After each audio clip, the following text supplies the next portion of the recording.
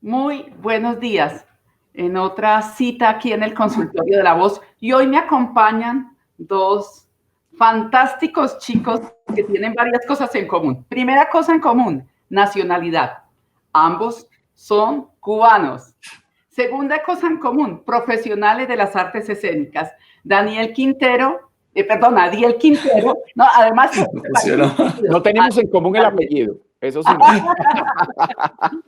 Adiel Quintero, que es quien tiene los auriculares, las manos libres blancos. Adiel Quintero, doctor en Ciencias del Arte, PhD en Ciencias del Arte. Yo en Colombia conozco solo dos doctores en teatro y él es uno de los que afortunadamente he podido conocer y de quien he aprendido muchísimo. Un investigador obsesivo en la investigación acerca de la puesta en escena, de la construcción de los personajes públicos. Y Daniel Lana, quien acaba de hacer así, Daniel Lana, él es profesional en artes escénicas. En Cuba hay una cosa, en Cuba se llaman licenciados al igual que en México. Aquí en Colombia, cuando hablamos de licenciatura, es más dedicada a la pedagogía y no es el caso. Ambos expertos en la construcción del personaje público, pero desde el rigor de la investigación, porque en el teatro, y los que han trabajado el teatro bien en serio y bien dedicados saben que el teatro tiene mucho rigor investigativo. ¿Por qué nos acompañan hoy aquí en el consultorio de La Voz? Para un tema que muy pocas personas manejan con el rigor que se debe, y es la unidad voz-cuerpo. Eugenio Barba dice, no hay dualidad voz-cuerpo. La voz es cuerpo invisible que obra en el espacio. Eugenio Barba, uno de los grandes dramaturgos maestros vivos del teatro italiano él. Así que vamos a arrancar este conversatorio para poder entender cómo la voz es potenciada por el cuerpo y a la vez el cuerpo es transformado por la voz, cómo hay esa estrecha unidad, ese matrimonio indisoluble entre voz-cuerpo. Le doy la palabra a Adiel, por aquello de veteranía, Adiel Quintero, nuestro doctor en artes escénicas, porque inicialmente el teatro no tenía esa unidad voz-cuerpo, según lo que él me comentaba. Sí, así es. Es decir, la investigación sobre la unidad entre la voz y el cuerpo es una investigación realmente del teatro contemporáneo, el teatro del siglo XX. ¿Qué pasaba anteriormente? Que el teatro occidental tenía sobre todo lo que se llama una perspectiva logocéntrica, o sea, tenía la palabra como centro. Entonces, ¿cuál era el proceso normal en el teatro? Era que se escribía una obra de teatro, que le escribía un dramaturgo, esa obra los actores la aprendían y se llevaba a escena la obra, pero a la hora de llevar a escena la obra, los actores sobre todo trataban de aprenderse muy bien el texto, trataban sobre todo de decir el texto de acuerdo a ciertas convenciones vocales del momento, o sea, se enfatizaba mucho en el tema de la dicción, se trataba, o sea, que el actor se hiciera entender, se trabajaban algunos elementos de la prosodia, pero no había todavía una investigación sólida sobre las relaciones entre los impulsos, por ejemplo, físicos y los impulsos vocales. Eso no era un tema que se trabajara, que se tuviera en cuenta, porque también hay que decir que la técnica del actor hasta el siglo XX más o menos fue una técnica en sentido general muy rudimentaria, es decir, la técnica del actor se investigaba en algún que otro elemento, pero no se profundizaba mucho en esto. Las investigaciones sobre la técnica del actor son ya mucho más sólidas, mucho más profundas en el siglo XX, pero en el siglo XX además pasa algo, y es que en el siglo XX hay un cambio en la manera en cómo se empiezan a ver los textos y cómo se empieza a ver la dramaturgia. Ya en el siglo XX no solamente se escribían textos dramáticos para ser representados, sino que empieza toda una gran investigación sobre el lenguaje escénico, sobre el lenguaje, sobre la teatralidad, que es en definitiva el lenguaje, lo específico del teatro. Y esa investigación, que la desarrollan varios directores, conlleva a que se cambie, se revolucione el concepto de dramaturgia. Ya la dramaturgia no era solo vista en términos de los elementos que concernían al texto que se escribía previamente, sino que se empieza a hablar de una dramaturgia escénica, se empieza a trabajar pensando también en que se podía, por ejemplo, trabajar con un texto. Yo podía coger un cuento, un poema, y hacer una investigación con ese cuento, con ese poema, para luego hacer una representación de eso. Ahí se empieza a investigar mucho cómo el cuerpo del actor podía producir sentido, significado, y el cuerpo atado a la voz. Y en el siglo XX, producto de todo esto es que se da una investigación muy grande, muy sólida sobre las técnicas del actor, y eso trae a su vez una investigación, está muy conectado, una investigación sobre las nuevas maneras de concebir la dramaturgia en la escena, y a su vez eso está conectado a una gran investigación también sobre cómo se podía crear sentido a partir de los diferentes elementos que tenía a disposición el lenguaje escénico, dentro de los cuales estaba la voz y el cuerpo.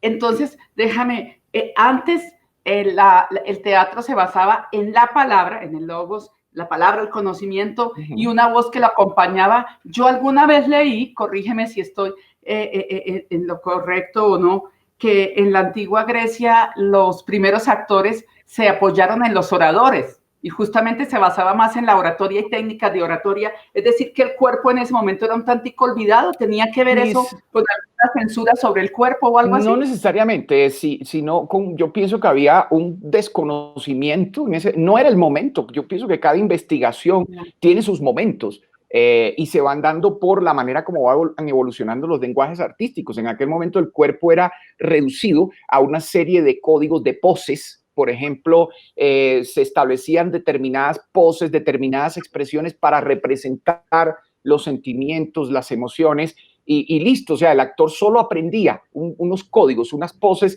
y no más. No había una investigación sólida, profunda, acerca de los impulsos del cuerpo y de cómo se manejan las emociones desde el cuerpo, porque también había visiones erradas en ese sentido sobre el cuerpo. Por ejemplo, la fisiognomía, que es una pseudociencia que se desarrolla, si no estoy mal, sobre la época medieval. Por ejemplo, la fisiognomía decía algo, y es que usted nacía con una cara y la cara determinaba lo que usted iba a hacer el día de mañana. Es decir, si tú tenías una cara, por ejemplo, con unos rasgos fuertes, entonces tú ibas a ser una persona fuerte el día de mañana, y no tenían en cuenta cómo la cultura, los elementos sociales, la historia de vida de la persona influían también en la configuración del rostro. El rostro es resultado de muchas cosas, no solamente de los rasgos con los cuales naciste. Entonces, ahí había, por ejemplo, un error a la hora de concebir la expresión del cuerpo, y eso pasaba mucho en el teatro también, que se concebía el cuerpo desde unas preconcepciones que no eran correctas, pero pues... Como unos estereotipos. Claro, y claro, nosotros somos un producto de genética, pero un producto de condicionamiento de todas nuestras experiencias y de nuestras decisiones, ¿no? Y sí, la fisionomía, yo me acuerdo que yo leí desde la neurología y tocaban la cabeza y la medían, y de acuerdo a eso decían una cantidad de cosas sobre tu inteligencia, pero era la manera de abordarlo en ese momento. Era la manera de abordarlo. Pero lo increíble es, si tú te acuerdas, hace como que unos 7 años, tú y yo encontramos un texto que acudía a uno de esos estereotipos, hablando del comportamiento no verbal, ¿te acuerdas? Y más o menos según ese texto, yo por mis ojos grandes y mi cuello largo, según ese manual que se basaba era en eso, yo era con tendencias psicopáticas. ¿Te acuerdas que nos reímos mucho? Sí. No, y todavía, tristemente todavía se cae en eso. Y tristemente todavía se caen esas cosas. Todavía yo encuentro por ahí a veces encuentro personas que hacen charlas, conferencias de manera irresponsable, digo yo, porque es que uno tiene que ser sólido y científico con el conocimiento. Cuando tú estás transmitiendo un conocimiento, ese conocimiento lo van a recibir personas, y esas personas, si te ven a ti te presentan como un experto, pueden asumir que eso es real, que eso es la verdad. Y hay personas que irresponsablemente, cuando hablan, hacen talleres sobre lenguaje no verbal, caen en ese tipo de cosas que te dicen: siempre que una persona mire para un lado es que está recordando, y si mira para el otro lado es que está reflexionando, y si tiene la cabeza así, eso significa que la persona no quiere hablar contigo, y si cruza los brazos es que tú no le caes bien, y cosas por el estilo. Y mira, yo muchas veces en mi vida cruzo los brazos porque tengo frío o porque estoy cansado, y eso es una manera de descansar. De hecho, en el real comportamiento no verbal, ojo, comportamiento no verbal incluye voz y cuerpo. Lo verbal es la palabra, el discurso,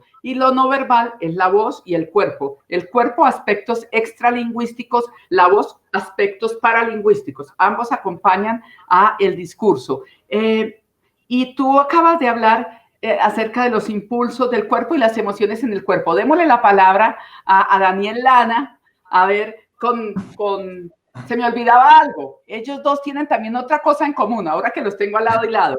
ambos son muy guapos. No me digan aquí las chicas que están viendo, estos muchachos cubanos no son guapos. Claro, aquí en Colombia también hay muy guapos, pero vean pues aquí, hoy se adorna el consultorio de la voz con la belleza masculina. Yo muy feliz. Mira, yo pensando, dijiste que tenían otra cosa en común y automáticamente me vino a la mente una gran maestra y una gran amiga que tuvimos, que es la maestra Raquel Carrió. Un abrazo y un beso grande para ella. Ojalá pudiera ver este material. Bueno, estaba escuchando a Adiel y estaba recordando dos cosas en este punto. La primera, justo en ese teatro griego, pensamos que el teatro y el oficio del actor ha viajado a lo largo del tiempo y se ha ido transformando. Y el inicio del teatro tenía más bien que ver con una cuestión ritual, con una cuestión espiritual, de un vínculo, una festividad inmensa que se hacía en Grecia para honrar a los dioses. Y de hecho, el término personaje se refiere esencialmente a la máscara del actor. La máscara del actor era un dispositivo, quizás como más como lo veríamos en el mundo contemporáneo, como estas cosas enormes que se ponía de frente. Era todo muy ampuloso, muy pretencioso, muy grandilocuente. El actor se paraba en unos zapatos enormes así, llamados coturnos, para dilatar la imagen. Y la función de la máscara era, entre otras, esencialmente dilatar la voz. Tenía un dispositivo a través del cual la voz se distorsionaba, se agrandaba. Recordemos que la columna vertebral de este tipo de teatro en la Grecia antigua era la tragedia. La tragedia era como el fenómeno más importante, y la tragedia era representada esencialmente por dioses, héroes, personajes de altura, socialmente hablando, ¿no? Entonces, se buscaba a través de la voz, y fíjense, ya entrando en materia, qué importante, a través de la distorsión de esa voz, a través de la ampliación de esa voz, se buscaba darle un renombre, una importancia, una distinción, algo que fuera sobrenatural, por decirlo de alguna manera, sí, más allá del efecto real de alcance que tuviera la máscara y el dispositivo en su manera de hacerlo expansivo. Son los antecedentes del micrófono. Exactamente, podríamos decirlo de esa manera. Eso y digamos la estructura de los teatros, que tenía un sistema acústico perfecto realmente. Ahora, ya en el siglo XX, y dentro de esas investigaciones que estaba mencionando Adiel, quiero hacer referencia a una muy particular que es revolucionaria en todo sentido, y es la investigación del maestro Jerzy Grotowski en la década del 50, que empieza a hablar del cuerpo como un resonador. Empieza a decir que dentro del cuerpo hay estos espacios de resonancia, que son espacios que son líquidos, que son espacios abiertos a través de los cuales la voz vibra. Entonces empieza, muy influido por el teatro oriental, por la cultura hindú, por la cultura asiática, por el teatro kabuki, empieza a experimentar sobre cuáles son los viajes. De hecho, parte de un concepto que es lo que él define como el teatro pobre. Y el teatro pobre, para mí, es paradójicamente, y está la paradoja del nombre, es el teatro más rico, porque es el teatro que empieza a alejarse del artificio teatral. El artificio teatral, la luz, el sonido que viene de afuera, la música que viene de afuera, todo el andamiaje estructural escenográfico, de vestuario, toda esa cosa grandilocuente que se logra en el Renacimiento y después en la ilustración con el teatro, que se va construyendo, y como decía Adiel, se va haciendo... Casi a veces el actor pierde la capacidad de exigencia, digámoslo así, porque todo se va muy en la escenografía y en el diario. La ilustración empieza a traer al teatro y al oficio del actor una serie de recursos, la iluminación, la estructura escenográfica, y entonces, ¿qué sucede con eso? Que el actor se vuelve un mero, yo digo siempre esto, edificador de la palabra. O sea, la función del actor era edificar la palabra, era llevar a escena lo que estaba escrito, con una técnica, con una belleza, con un sistema de construcción determinado. Pero Grotowski empieza a explorar el cuerpo del actor, se aleja de todo ese elemento técnico y empieza a buscar cómo el actor puede ser su propio teatro. Qué cosa tan interesante. Puede ser al mismo tiempo la representación y el espacio donde se representa. Es algo muy interesante. Y ahí es donde empieza a explorar, más allá de otros elementos físicos y de expresividad corporal, empieza a explorar las cualidades de la voz, las cualidades creativas, cualidades expresivas que tiene la voz. Y eso es realmente lo que trae un fenómeno que ha sido muy tergiversado después de sus investigaciones. Nosotros tuvimos, tanto Adiel como yo, hemos estado vinculados al teatro con la maestra Raquel Carrió, que ya mencionaba, la maestra Frau Lauten. Hemos tenido la oportunidad de intercambiar directamente con Eugenio Barba, que tú lo mencionabas, y es una persona que bebió directamente de esa fuente, que participó de esas investigaciones. Y hoy vemos, por ejemplo, en actrices que han trabajado con Eugenio, que son ya actrices banderas del Odín Teatro. Yo recuerdo una de las cosas más impresionantes que vi en mi vida fue un monólogo de una de estas actrices donde ella hacía la historia de cómo ella había descubierto su propia voz a través de sus personajes. Y es algo interesante porque la voz tiene esta característica identitaria que nos refiere esencialmente a la emocionalidad, a lo que va por dentro. Para mí es el vínculo en el cual uno puede conectar ese mundo interior que uno genera en imágenes, en sensaciones y en emociones, y uno puede hacerlo viajar hacia el mundo exterior y conectarlo con el mundo exterior. Yo hacía un ejercicio siempre. Sí. Dani y Adiel, ahora entremos en escena los tres aquí en un conversatorio en esta segunda parte de este fragmento. Hablaron de varios elementos que he escrito acá y que quiero ahora enfocarlos a algo. Muchas de las personas que nos ven por acá, tengo el gato haciendo oír su voz, la gata haciendo oír su voz, eso sí es inevitable. Me encanta en esta época porque se muestra un poco lo que es el interior de la vida de uno en sus casas. Esto no ocurría en la oficina, mírela, no se aguantó las ganas de estar acá también haciendo oír su voz. Pero la pregunta es la siguiente. Ella se llama Yin, ¿no? Tengo un macho y una hembra, Yin Yang. Pero hablemos de lo que pasa con los impulsos del cuerpo, las emociones que conectan esa voz, ese cuerpo, creando una unidad y ese mundo interno que se expresa al exterior.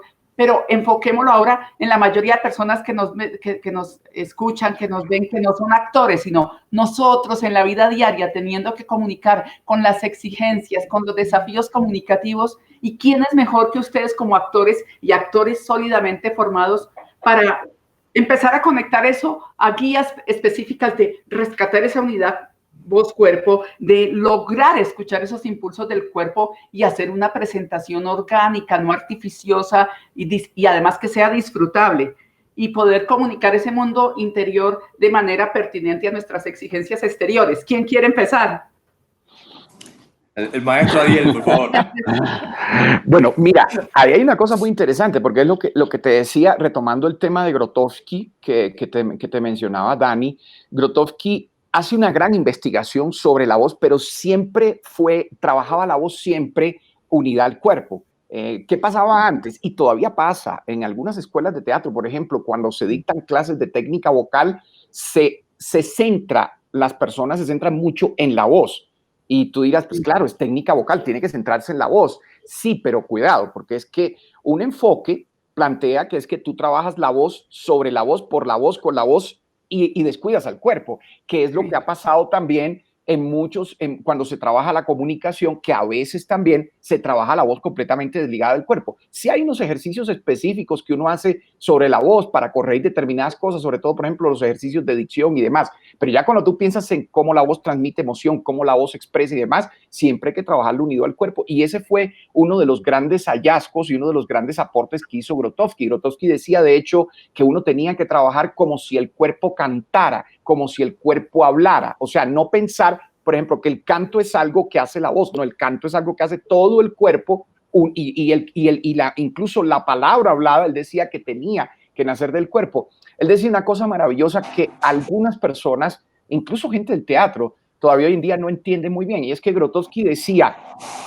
tú no tienes que preocuparte tanto por la interpretación del texto. Él decía, lo que pase en el cuerpo termina interpretando el texto. Es decir, que el resultado interpretativo del texto muchas veces viene de cómo todos esos impulsos que van apareciendo en el cuerpo terminan moldeando o modelando lo que pasa también a nivel vocal. Y eso es algo que es un principio también de vida. Por ejemplo, si yo te digo a ti, te lo voy a decir con una frase cotidiana, si yo te digo, Ibe, yo no estoy de acuerdo con eso. Cuando yo digo no estoy de acuerdo con eso, el golpe que yo estoy dando con la mano lo está haciendo la voz. Eso pasa también en la vida cotidiana. pero a veces pretendemos, como te digo, desligar un elemento del otro y entonces pretender que la voz vaya por un lado y el cuerpo por el otro. Grotowski también hablaba de la totalidad del cuerpo y el ser como una totalidad. Él decía que uno de los errores o de los problemas que tenemos en el hombre en Occidente es que él decía que tenemos tendencia a dividir. Entonces de pronto pensamos en el cuerpo por un lado, en la voz por el otro, en la palabra por el otro, y él decía, no, se trata de construir unidad y de responder a esos impulsos vitales que tiene el cuerpo y que luego terminan generando también una expresividad, como te decía, en la voz. Y él trabajó desde ahí, los resonadores, que fue uno de los grandísimos aportes de él. Su gran aventura, decía él. Su gran aventura, los resonadores, los trabajaba siempre desde el cuerpo, siempre. O sea, él no decía, siéntate ahí quietecito y vamos a resonar. No, lo trabajaba desde el movimiento, lo trabajaba siempre pensando en cómo todo esto era una proyección, o sea, cómo la voz se volvía una proyección, como te decía, esos impulsos. Y ese camino luego lo retoma Eugenio Barba, porque fue alumno de Grotowski, y Eugenio Barba va más allá en esa investigación. Barba fue, si no el primero, por lo menos el primero al que yo le escuché hablar de acción vocal. O sea, eso es un término muy del Odin Theatre, las acciones vocales. Hablaba de acción. Eso cambia. Es un campo interesantísimo. Ahora, mira que tú hablas de que tendemos a seccionarnos demasiado. Creo que la vida, en el colegio la seccionamos, ¿no? Hora de reírse, recreo y divertirse, pero hora de ser serio y sufrir matemáticas, y así nos estamos seccionando la vida. Y no solo nos han seccionado voz, cuerpo, discurso, sino que nos han seccionado emoción y razón, y la neurología está comprobando que no están seccionadas, que es una moneda con dos caras jugando siempre en el mismo juego. Daniel, ¿cómo aprovechar esa unidad voz-cuerpo, esos impulsos del cuerpo para conducir las emociones y a la vez que esas emociones sean aprovechadas de manera razonable para un orador? Enfoquémonos ahora en estos desafíos comunicativos. ¿Cómo tú como teatrero nos dice, y digo teatrero con todo lo que... Cuando yo le digo a alguien teatrero, porque hay gente que a veces lo usa despectivamente, conmigo lo usaron más de una vez, esta teatrera. No, estoy diciendo con la gran maravilla de lo que yo admiro el teatro. ¿Cómo hacer para integrar estos elementos en la puesta en escena de nuestros personajes públicos? Es decir, en nuestra puesta en escena de nuestros discursos, de nuestros mensajes. Iber, mira, comienzo recordando un entrenamiento que yo hice a los inicios de mi carrera. Era un entrenamiento justamente que venía de Grotowski. Y era un entrenamiento que físicamente tenías un grupo de posturas que vienen del yoga, que vienen de otras disciplinas. Y entonces tú tenías que ir repitiendo esas posturas y lograr encadenarlas hasta lograr una partitura de movimientos determinada. Entonces le ibas repitiendo y repitiendo hasta llegar al cansancio físico. Yo en ese momento no entendía muy bien cuál era el impacto que eso tenía en mi cuerpo, pero realmente luego con las investigaciones he descubierto que uno tiene, digamos, una estructura de comportamiento automático.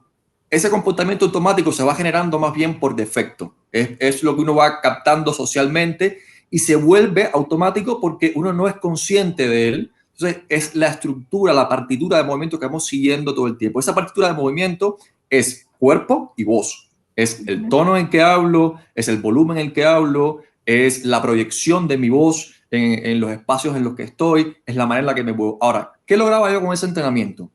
Llevar al cuerpo a un nivel en el cual ese gesto social y automático comenzaba a desaparecer o a hacerse muy delgado, muy frágil, y entonces aparecían los impulsos naturales. Al aparecer ese impulso natural, ese movimiento instintivo que está conectado directamente a la columna vertebral, que está conectado directamente a las necesidades, a los deseos, ese movimiento que tiene una carga expresiva diferente. ¿Por qué? Porque es la que nos permite conectar lo que creemos que es racional y lo que creemos que es emocional en una sola, como decías tú, en una sola moneda. Entonces, a partir de ahí yo entendí que, por ejemplo, a la hora de comunicarnos, el hecho de comunicarnos, como le decía el otro día en una conferencia que me decía un amigo mío, la gente piensa que porque sabe hablar, sabe hablar. Sí. No se trata de eso. O sea, el espacio de comunicación es un espacio diferente, es un espacio que incluso nuestro cuerpo a veces interpreta como una zona de agresividad. Entonces, tenemos que desarrollar un mecanismo consciente de enfrentarnos a ese espacio. un mecanismo consciente que tenga metas claras, objetivos claros y que sea capaz de conectar con nuestros impulsos. Ya puede ser de una manera más estratégica para determinados contextos o de una manera más orgánica y más directa para otros contextos. Pero lo que sí es importante es, primero, empezar a conocer dónde se activa ese esquema automático y dónde yo puedo comenzar a hacerlo consciente. ¿Por qué? Porque lo primero que atenta contra nuestra voz y con esa relación entre el cuerpo y la voz es el bloqueo. Lo primero que nos sucede cuando nos enfrentamos a un espacio en que nos sentimos incómodos es que se empiezan a bloquear nuestras articulaciones, se empiezan a bloquear los hombros, los codos, las manos, la mirada, empieza a perder la conexión real con los objetivos y ahí entonces... Y la laringe, exactamente. La gente lo manifiesta como se me hizo un nudo en la garganta. Es que la respiración, que es tan importante sí. en todo este proceso, vinculando lo emocional con la emisión propia de la voz. Entonces, primero, aprender cómo funciona esa estructura de comportamiento automático. Segundo, entender dónde comienzan esos bloqueos. Yo escuché una vez a un maestro de teatro decir que la mejor técnica de actuación es aquella que nos permite sencillamente eliminar el bloqueo. Buenísimo. No la que nos enseña a decir de una manera o a emocionarnos de una manera, sino a eliminar el bloqueo que permita esa conexión entre el cuerpo y la voz. No, y Eugenio Barba también decía, Eugenio Barba decía también, en el proceso de entrenamiento y de trabajo con un actor, lo más importante es encontrar los obstáculos que bloquean la comunicación y superarlos. El resto es incertidumbre.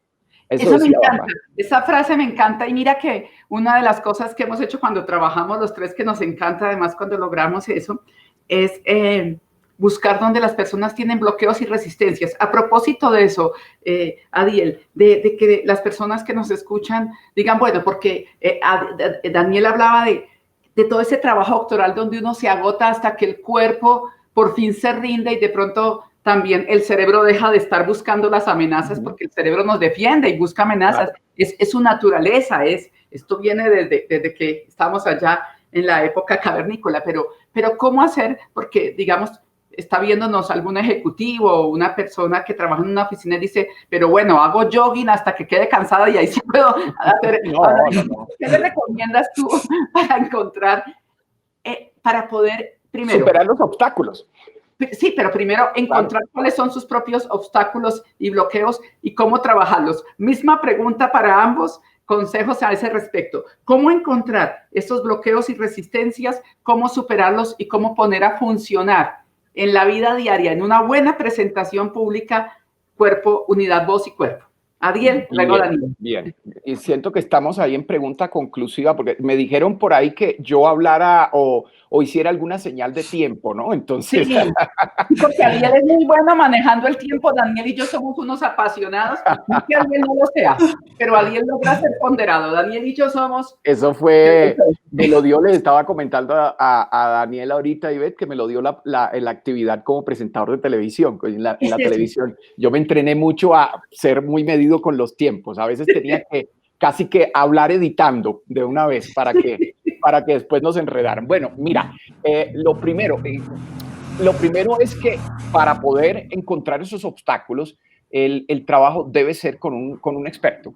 Y parece que aquí estoy haciendo publicidad de nuestro trabajo, pero la verdad es esa. O sea, usted tiene que tener una persona experta que efectivamente le haga un análisis, una persona que se dé cuenta, porque tiene que ser un especialista que logre darse cuenta dónde están esos bloqueos. Esos bloqueos pueden tener múltiples causas y no vamos a entrar en eso porque eso es un campo grandísimo de conocimiento y nos daría para otros tantos programas, pero pueden tener causas psicológicas, pueden ser sencillamente aprendidos. Hay veces que la gente quiere hilar muy fino acá y dicen, es que si una persona tiene una tensión en, no sé, en el hombro, esa tensión es reflejo de que fue maltratado y golpeado y no sé qué, no necesariamente. A lo mejor es una tensión aprendida, sencillamente aprendió a estar así, a sentarse así y se sienta así todo el tiempo en su oficina. Pero entonces, esa tensión que tiene la persona puede ser uno de los bloqueos, pero ¿quién se da cuenta de eso? La persona no es consciente de eso. Entonces, tú tienes que tener un especialista, un experto que te mire, que te vea desde afuera, te haga un escáner y diga, sí, hay un bloqueo en los hombros y ese bloqueo en los hombros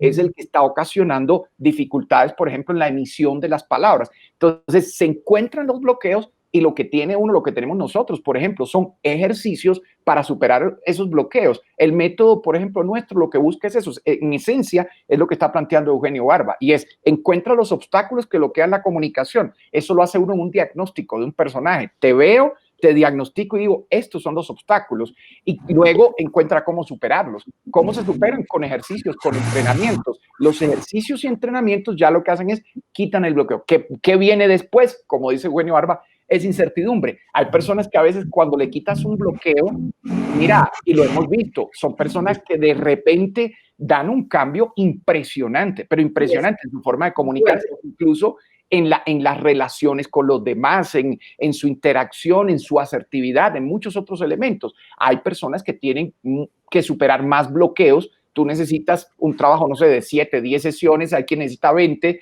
y hay quien con 3 o 4 sesiones supera, como te digo, los bloqueos y la persona se dispara. Pero el trabajo en esencia es eso: encuéntralos y dale los ejercicios, las herramientas para superarlo, que pueden ser a veces herramientas corporales, pero pueden ser también discursivas, porque los bloqueos de la voz pueden estar generados también por bloqueos, por ejemplo, en el pensamiento, porque la persona no le fluyen las palabras, porque si a mí no me fluye la palabra, si no me fluye el pensamiento, por ejemplo, en la voz aparece un tempo, ritmo de habla dubitativo. La persona empieza a tener mucho alargamiento dubitativo de vocal, la persona empieza a tener pausas arbitrarias, y esto puede estar generado por una dificultad acá, concentración, problema de concentración. Entonces, uno tiene que actuar sobre lo que está generando el bloqueo, que eso es también el enfoque, es lo interesante del enfoque, que uno ve de manera armónica estos elementos, es decir, la voz, el cuerpo, la palabra. Uno los disecciona para estudio, para investigación, pero ellos siempre están juntos, siempre se están conectados, y uno siempre está generando impacto sobre el otro. Entonces, por eso es que hay que trabajar desde ahí. Daniel, ¿cómo complementamos eso? ¿Qué más recomendarías tú para esa unidad voz-cuerpo, y ese cuerpo y esa voz que permiten transmitir una emoción y un pensamiento? Yo pienso 2 elementos fundamentales. El primero, que la comunicación no es un acto natural. A veces decimos, por ejemplo, cosas como amar es un arte, comunicarnos es un arte, y no entendemos exactamente la dimensión de la palabra arte. Yo me lo grafico de esta manera. Para mí, arte, en cuanto a la comunicación, tiene 2 pilares fundamentales. El primero, la estructura. Cómo uno crea una estructura que le permita defenderse, que le permita sostenerse, aferrarse a ella en los distintos contextos. Y el segundo pilar es la creatividad.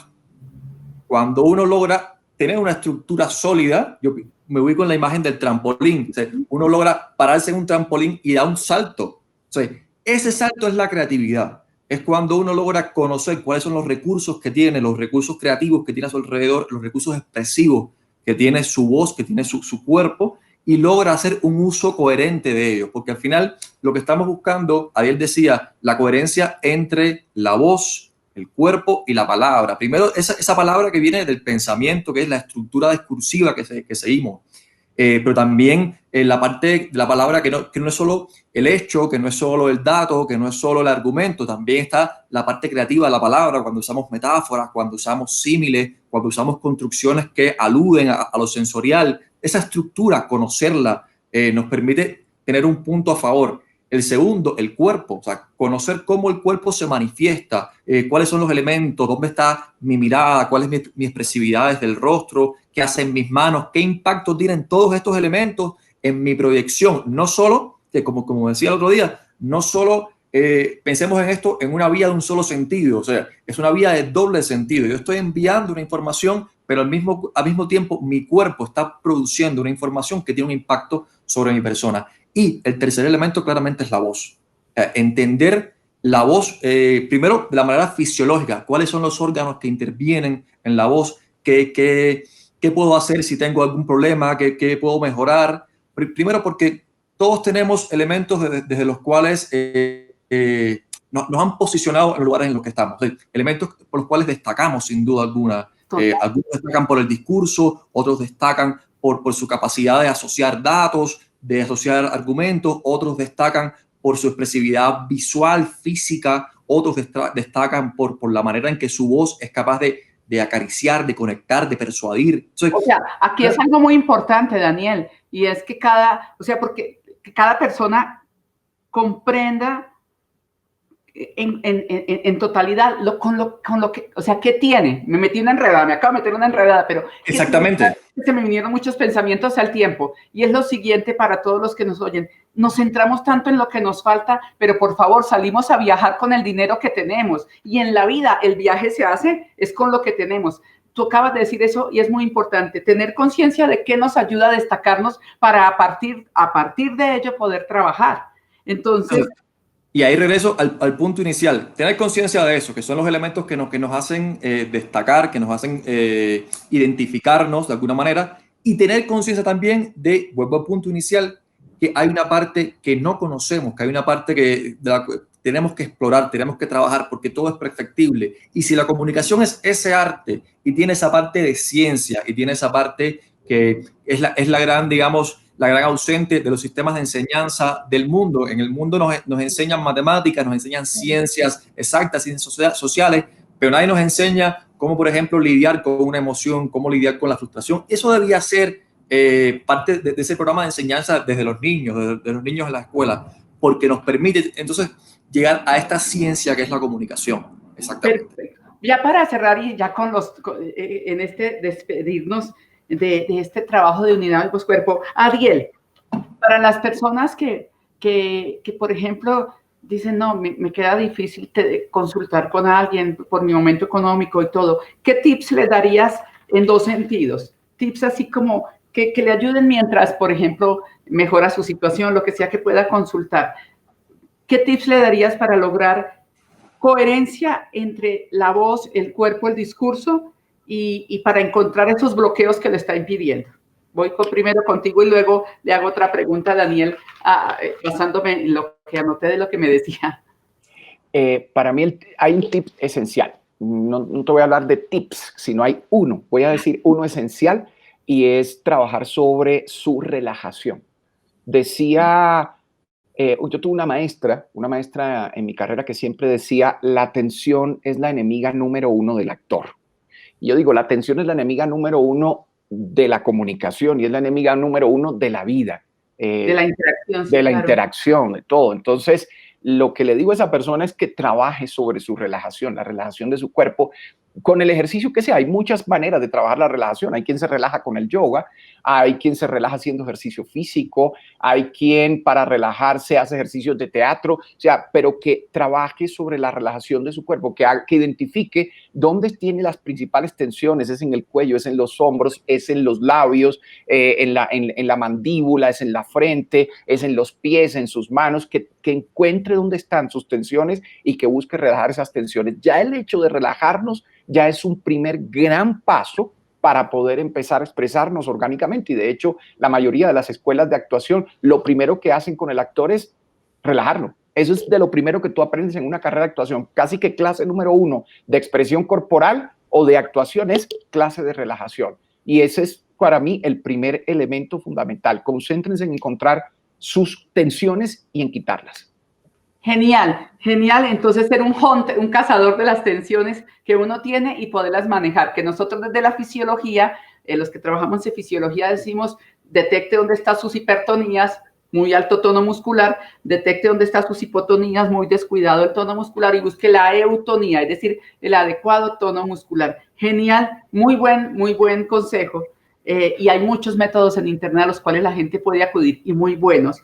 Daniel, mencionaste una palabra clave: creatividad. La mayoría de personas, yo he visto cuando les digo busque su creatividad, dicen: no, Ivette, yo soy muy rígido, yo fui criado como ingeniero, yo no tengo creatividad. Y eso es algo que he oído mucho en la gente: yo no tengo creatividad. ¿Qué consejos, qué recomendaciones das para que se conecten, se concilien, encuentren su creatividad y la pongan a jugar? Voy a hacer un poco una simbiosis entre una continuidad de lo que decía Adiel y la respuesta a tu pregunta. Perfecto. Si la primera clase es la relajación, la segunda clase que recibimos los actores es la observación. Es cómo volverte un observador activo. Que estamos acostumbrados a enfrentarnos a la vida como observadores pasivos. O sea, recibimos los fenómenos y no somos conscientemente activo sobre ello. No sabemos por qué de pronto este tono en el que me está hablando me irrita tanto, o este volumen en el que me está hablando me irrita tanto, o por qué su voz tan aguda me molesta, o por qué este gesto o esta mirada. Entonces, no somos conscientes de eso realmente. Entonces, vamos experimentando, vamos sintiendo, pero no lo hacemos de manera consciente. Entonces, volverse un espectador, por seguir dentro de la terminología teatral, un espectador consciente de la vida y un espectador activo de la vida. Observar los fenómenos que están a mi alrededor, la voz, cómo funciona, por ejemplo. Y aquí entro ya contestando a tu pregunta. Muchas personas, a ver, pensemos en la voz como estas 3 categorías que defendemos siempre: el timbre, el tono y la intensidad. El timbre, digamos que es el fenómeno más artístico, ¿no? Es lo que los actores podemos usar para caracterizar un personaje. Yo puedo utilizar, cambiar mi timbre si voy a hacer un personaje de mayor edad o si voy a hacer un personaje de una mujer. Cambio el timbre de mi voz y eso me produce, digamos, unas sensaciones y al mismo tiempo produce una sensación de verosimilitud que se le crea al personaje. Ahora, tono e intensidad son 2 elementos en los que en nuestra vida cotidiana usamos mucho más de lo que somos conscientes. Y además nos confundimos, ¿no? No diferenciamos entre el tono, que es la agudeza o gravedad, es decir, la escala musical. Exactamente. Me confunden con el volumen, que es la fuerza o la debilidad de mi sonido. Exactamente. Mientras que el tono, todos esos juegos del agudo al grave.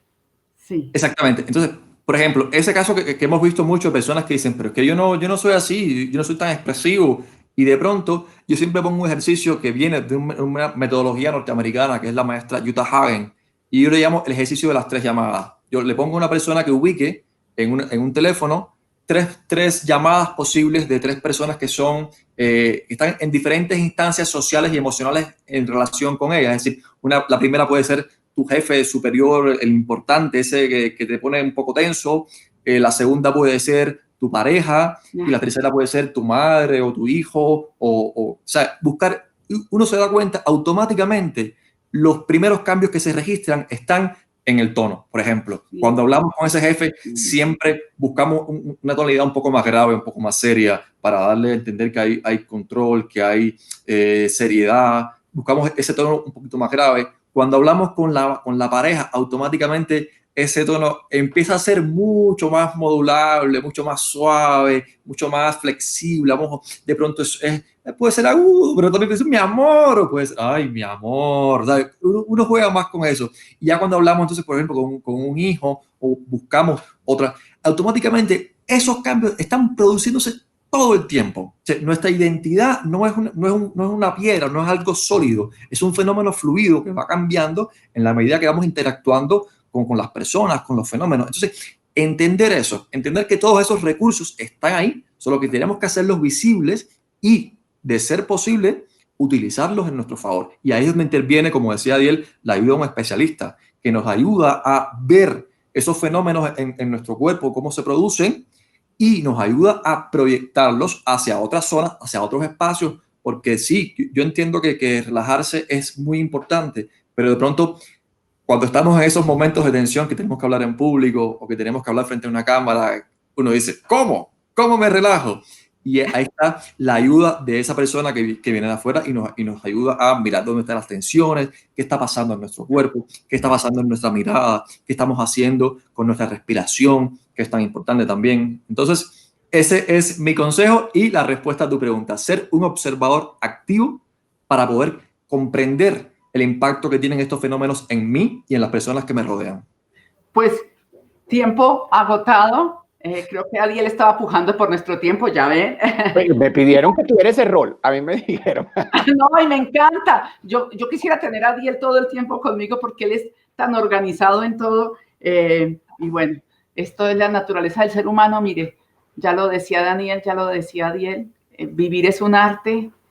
La comunicación es una manera de manifestar ese arte de vivir, de adornar ese arte de vivir, de facilitar ese arte de vivir. Y la voz, el elemento que le pone la partitura a esa melodía de la vida, como decía una película hace muchos años. Entonces, muchas gracias. Yo voy a poner en los comentarios y también en la parte final del video los datos de Daniel y de Adiel. Son fantásticos, son personas especialistas en lo que hacen, muy respetuosos, muy cuidadosos, y creo que vale la pena que ustedes tengan los datos. Afortunadamente hemos aprendido con esta pandemia a manejar la virtualidad y podemos hacer asesorías, ayudas a través de la virtualidad. Cada uno de ellos sigue explorando todo el tiempo y para mí ha sido un honor, de verdad, conocerlos en mi vida, trabajar con ellos, aprender de ellos y también que hayan aceptado estar hoy aquí en la cita en el consultorio de La Voz. Gracias, Adiel. Gracias a ti, Besilla, por invitarnos. Gracias, Daniel. Que viva Cuba hoy. Así es. Muchas gracias. Que viva cada uno de los elementos que nos llevan a vivir y a buscar cada vez vivir mejor.